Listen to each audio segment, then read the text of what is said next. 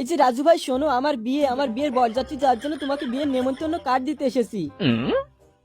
চম্পা হ্যাঁ বলে দাও তাড়াতাড়ি। বরযাত্রীতে আপনারা দুইজনই আসবেন কিন্তু। হ্যাঁ নিশ্চয়ই, আমরা দুইজনই যাব। ঠিক আছে তাহলে আমি আসছি। রাজু দেখো তো বিয়ের ডেটটা কবে?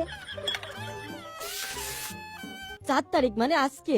রাজু বিয়ে বাড়িতে খেতে পারবা না, এখন অল্প করে খাও, আর বাকি খাবারগুলো ফ্রিজে রেখে দিই। রাতে তো বিয়ে বাড়িতে খাবো, এখন সব খেয়ে নাও।